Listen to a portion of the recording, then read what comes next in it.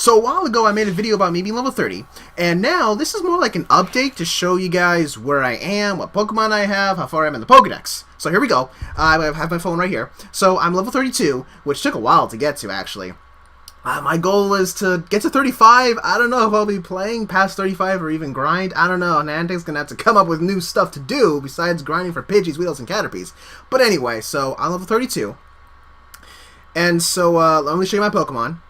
Now, these are my, it's in order by CP.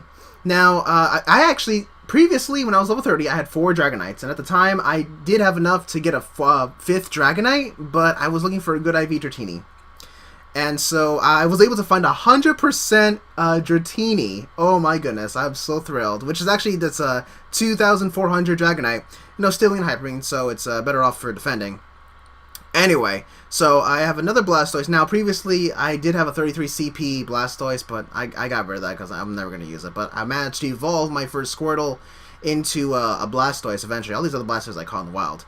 But, so, let me keep scrolling.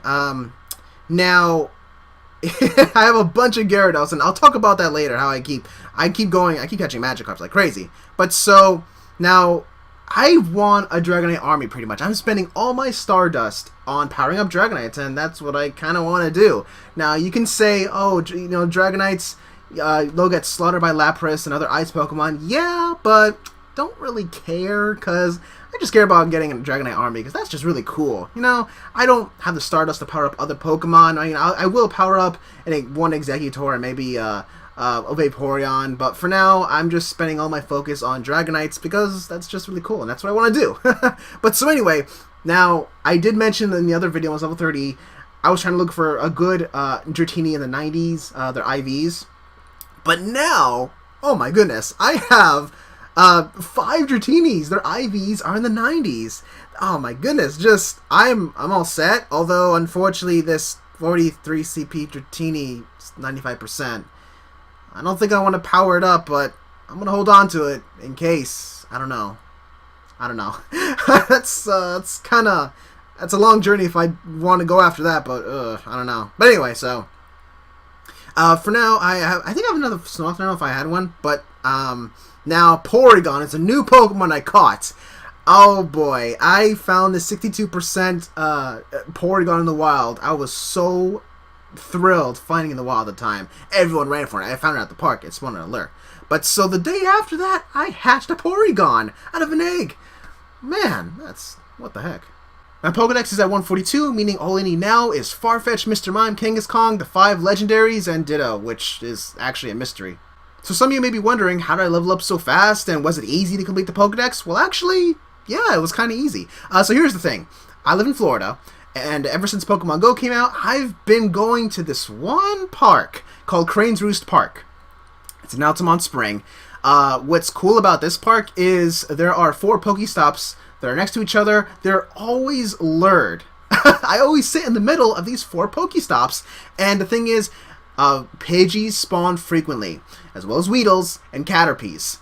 It is a great place to just grind for experience, and Dratini spawn there.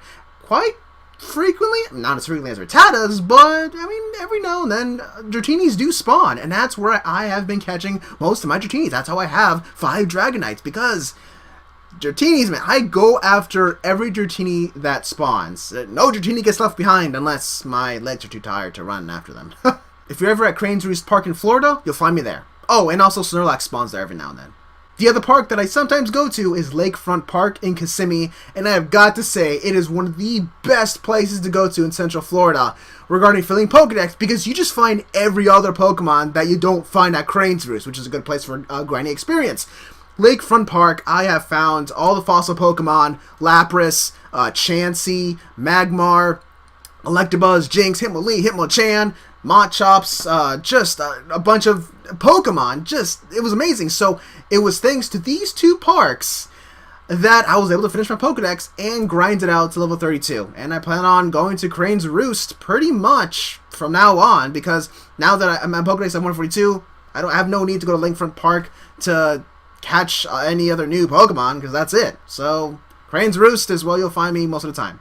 Also, Crane's Roost Park is a Magikarp nest. You find so many there, it's no wonder I have this many Magikarps. So there's one Pokemon that can't be found in Crane's Roost Park and Lakefront Park, and that is Tauros. Tauros was the last Pokemon I needed to catch them all in America for my Pokedex. I've heard from one guy that Tauros spawns at Lakefront Park, but is super duper ultra rare, and Lakefront Park is really far from where I live, and I don't want to drive all the way to Lakefront Park just for one Pokemon, one chance for a rare Pokemon to spawn. No. But so I've heard their Tauros naturally spawn in Daytona, so I drove all the way to Daytona. It was like a 50-minute drive. I caught a couple Tauros, because I definitely am going to trade Tauros whenever trade comes out. It's going to be very valuable. But yeah, I finally caught Tauros. He's the last Pokemon I needed for my Pokedex. I'm at 142. So all I gotta do now is wait for trade, because I gotta trade for that Mr. Mime, Farfetch, and Kangaskhan, because I definitely don't want to fly all the way to those other places to get them. So I noticed as the weeks go by, there are less and less people showing up at the park. Obviously, school is back in session, whether it's elementary school or college. Yeah, school's back on, so obviously there will be less people. But also, Niantic has made silly mistakes with the glitches and frustrating people with updates, and it's a bare-bone game, actually. There isn't much else you do, so people are getting bored. So my question to you is, are you still playing Pokemon Go? I mean, I am, but not sure how long I'm going to keep going. I'm into it, mainly because of the social aspect of it. I just really like interacting with other people in the game. It's more fun interacting with people in person than a stranger in an online game in a multiplayer lobby. So, are you still playing? Thank you so much for watching, and I'll see you next time.